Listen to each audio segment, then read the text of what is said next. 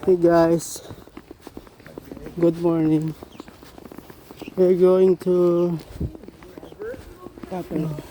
Butters Avenue, Butters Street with Ate Joyce. In Ate Joyce.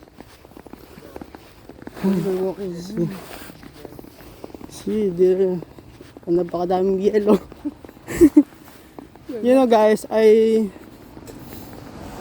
speak English because dapat matuto na ako mag-English kasi sa interview, sa trabaho, kailangan mo talaga matuto. Dapat magaling kang mag-English. Kasi ang i-hard nila yung talagang marunong sa English.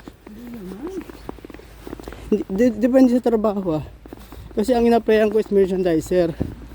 So dapat kasi marami kang makakausap na mga English people. So kailangan nila na magaling talaga mag-English. Kaya nag-ano ako mag-English. Nagsasanay na ako. Kaya huwag niyo sabihin na yung parang umiyabang ako, hindi. Kailangan mo talagang matuto mag-English. Sana maintindihan nyo, guys. Ngayon ay negative 9 dito. Napakalamig. Ha?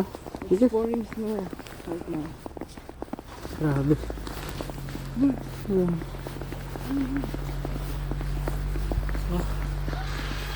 Ang yellow.